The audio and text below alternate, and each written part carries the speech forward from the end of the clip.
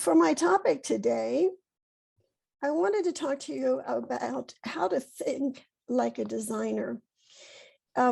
This is a curious topic because most patchwork quilters don't give it much thought. They think, oh, I'll just get a pattern out of a magazine, or I'll get a pattern from a friend or out of a book or someplace and make this beautiful quilt.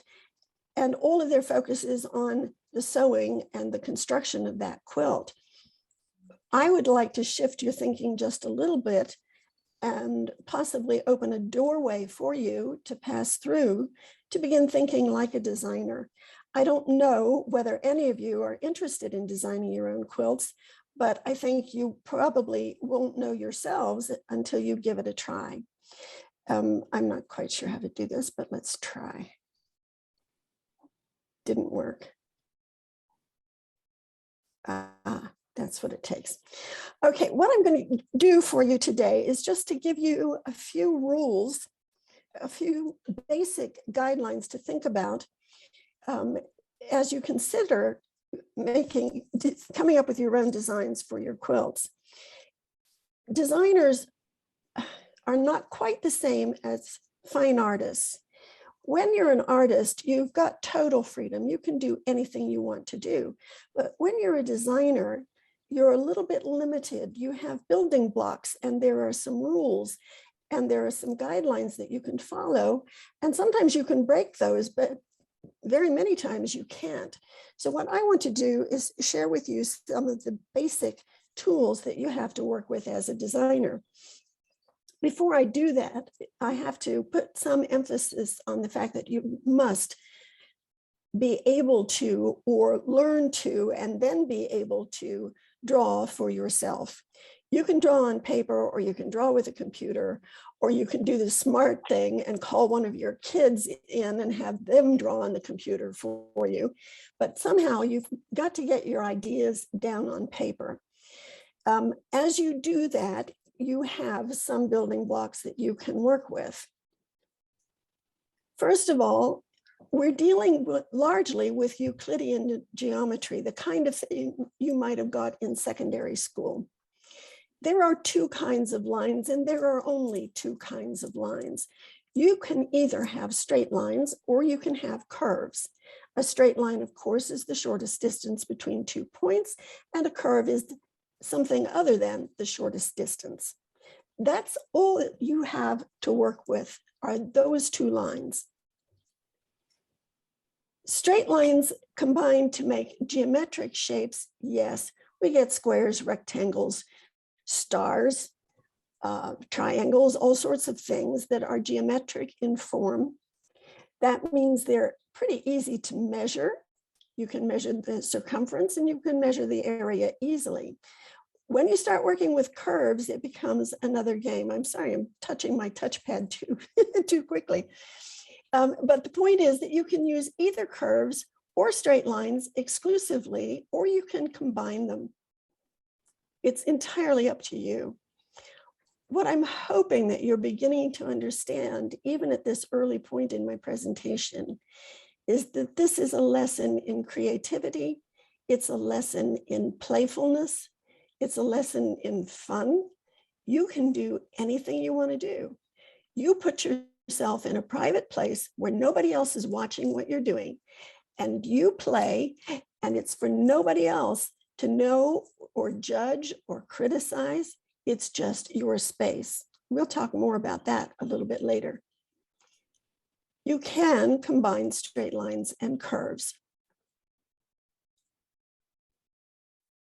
Understanding that you have two kinds of lines and two kinds of shapes, you must then understand something about symmetry. We have bilateral symmetry, and in patchwork quilting, that is the simplest and the easiest form of symmetry that we use, and we use it a lot. You'll see it everywhere in patchwork quilting. When you have asymmetry, there's no mirror imaging. The image that you have contains no repetition of itself, and definitely not a reflection. You get something that feels quite unbalanced. But still, it can have just as much attention-getting power as bilateral symmetry. There are 4 ways that you can move a design. You can repeat it and move it. And those are called the 4 motions of symmetry. This is like a law. And this has been studied mathematically extensively by mathematicians, anthropologists, all sorts of people. So we know that there are only 4 possible motions. You can have translation, which is like repetition. You have a unit like the triangle on the left, and it gets repeated in a straight line across or vertically. This is an example of translation. Even using an asymmetrical repeat unit or block. But what you'll see here is that everything starts to look just a tiny bit unbalanced. We're still responding to the fact that this is an asymmetrical block design. Please note that I used the terms block and repeat unit interchangeably. A block, a patchwork quilt block, is technically a repeat unit because usually we make many of them and use them over and over again. In order to resolve the unbalance of an asymmetrical design, you can push the envelope and apply reflection as well as repetition or translation. This is reflection. You start with the unit on the left, you do a mirror imaging and repeat. So this gives us a different kind of arrangement. You can see that when you're working with the motions of symmetry, what you're really talking about is the arrangement of patchwork quilt blocks. You can rotate a design or a block or a unit. Now this quilt used the same asymmetrical pattern, but if you look closely, you'll see that no 2 blocks are in the same position in any row or any column. This is essentially a Sudoku quilt. It's very weird giving this discussion because I don't get any feedback whatsoever. I can't see your faces and I don't hear anything. Anyway, okay, the next motion of symmetry is one that we seldom use, and it's called glide. What happens here is that the unit on the lower left is repeated crosswise. Thank you, I just got a tinkle there. It's repeated crosswise. Then that whole row of 6 triangles is repeated again a level up, but the whole thing is shifted to the right. And you can see that this immediately sets up a different kind of pattern. In this illustration, what I did is I used a rectangular repeat unit or quilt block. It's not square, obviously, so it shouldn't qualify as a block, but we'll call it that. This is a repeat unit on the left-hand side. I made multiples to stack 6, which is what you see on the left-hand side of the larger drawing. And then I reflected that column. But I did something in addition to that. I moved the right-hand column vertically so that everything became unaligned and then realigned. And that gave me something interesting and more unusual happening in the center than mere reflection. If you look closely, it's hard to see that there's actually been any reflection take place in this design. Okay, repeat units and the grid. This is what we're all accustomed to working with as patchwork quilters. We're so accustomed to quilt blocks, and they're always squares. And I tell you, I just found that so deadly boring, I couldn't stand it. So I tried stretching a block to see what would happen. What would happen if I used a rectangle instead of a square? And this kind of thing began to happen for me. I would start with a rectangle. I would throw in a few lines. It didn't matter where those lines went. I just tossed them in. And then I would take that new repeat unit, replicate it, translate it vertically to create a column, and then reflect that column on one side or the other. What you see here is the same column reflected first on the right-hand side and then on the left-hand side. I hope you all are still with me on this. Yes, Dena, actually everyone is mute. That's why you can't hear everyone. Okay, that's fine. I do apologize for the quality of this illustration. This actually is a patchwork quilt that I made. It was one of the first pieces I made using this technique. And I'm sorry, I mean, this is 25 years ago, and we've been through a lot of photographic glitches along the way. So I'm sorry that this isn't any better, but I think you can still see the idea.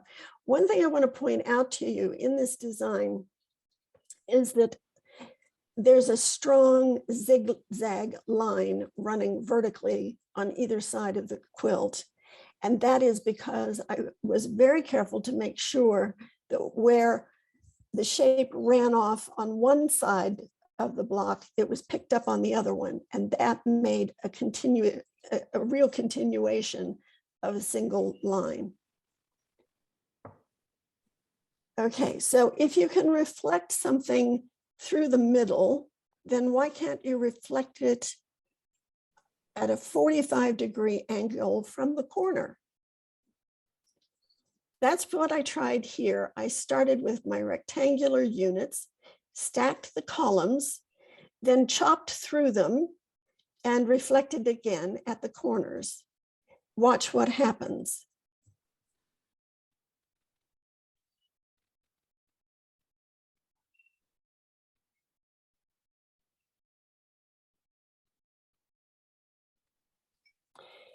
You can see that it becomes possible to look at any design and understand where the lines of reflection are.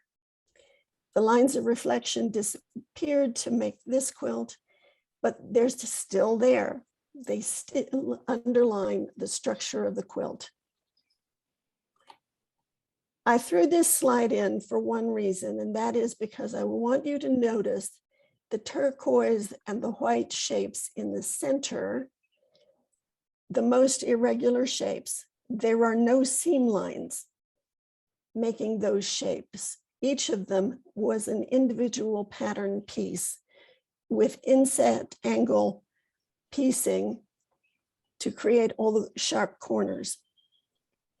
What it dawned on me in the previous stage of this kind of designing is that when you take the lines of reflection out, you do not want to leave a seam line behind in the work, because unnecessary seam lines, that is to say those between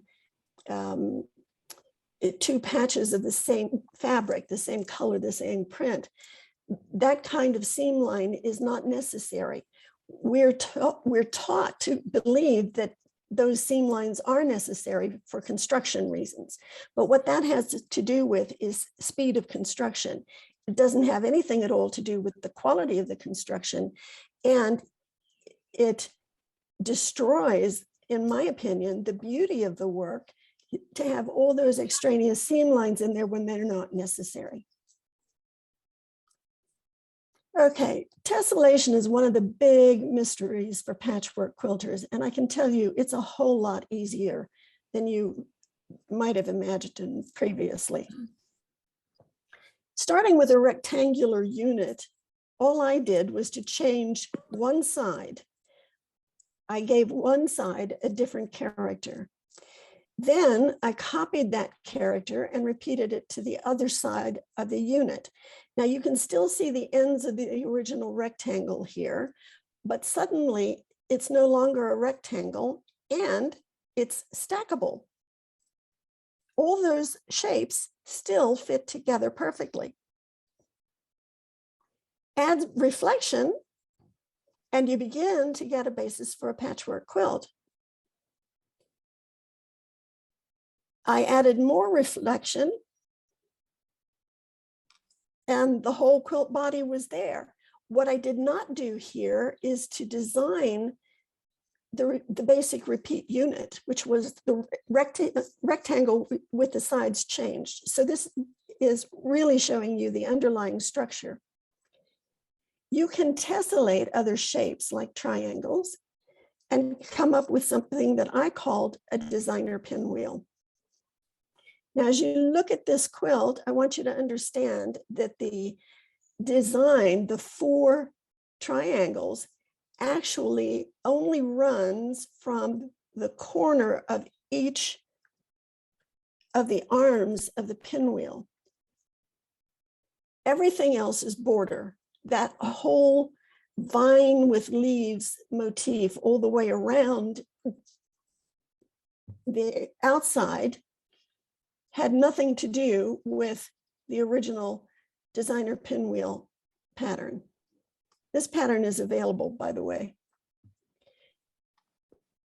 Then as designers, we must always think about color. We always have to think about color as quilters. We start with the basics, red, yellow, blue. We mix those things painterly style, and we come up with secondary colors, green, orange, and purple. And we can mix again in equal portions and come up with 6 tertiary colors. And there's your color wheel. It's really important for you to understand the basic theories of color. And there's a lot of material on the internet about it. The one caution I would offer to you, it's a lovely little bird that just landed on my windowsill with a doo-doo-doo in his beak. The one caution I would offer to you is to stay away from the color wheels that are used for computers and stick with the painterly ones. When we have a color, we have a hue, which you see here, and there's a value scale that runs from black to white. So all of the tints, shades, and tones can be found along that value scale. Deborah, I'm not on mute. There are 2 kinds of space, and these create optical illusions. Positive and negative space. And that always depends on what is around the shape that you're dealing with. You must be very careful as a designer, because the way you see something may not be the way somebody else sees something. And so you can think that you've added a color to a shape that brings that shape forward, only to find that somebody says, well, that shape goes backwards. And we all have those differences in perception, so there's not a whole lot you can do about it. I'm just going to close with a few tips. I really want you to open up and start to play. There's nothing more liberating, in my opinion. It's like being a child finger painting. The world is your oyster and you can do whatever you want to with it. I say keep asking yourself, what if? Because that is the ultimate designerly question. What if I do this? What if I try that? What if I put this over here? What else is missing? What if, what if, what if? Keep asking yourself questions until you don't have any more questions left. Because when you don't have any more questions left, the design is finished. Be willing to try anything. I'll keep saying it, the world is your oyster. You can try anything you want to do. Push yourself. Don't be afraid. Just keep going for it. But audition everything that you try before you commit yourself to it. One of the most heartbreaking experiences for any artist is to put something into that work that cannot be changed. There are no mistakes. This is your playtime. It's your play space. It is not for anyone else to look at that thing that you've been working on and tell you, oh, that doesn't work. Oh, I don't like that. Why did you do that? Can you hear how damaging that is? How absolutely soul busting that is? Don't worry about mistakes, but be open to understand that with greater maturity, you might have handled a given situation differently. When I say there's no right or wrong, there's only what works and what doesn't work. There is no right or wrong. It's not, oh, I've made a mistake. Oh, I shouldn't have done that. Oh, something's wrong here. It's not about that.